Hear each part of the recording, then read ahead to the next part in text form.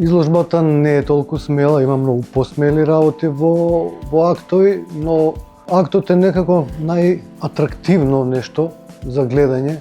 По убаво женско тело и жени се вртат. Таа архитектура која што Господ или природата ја направила кај човекот, ја представувам во најубаво светло.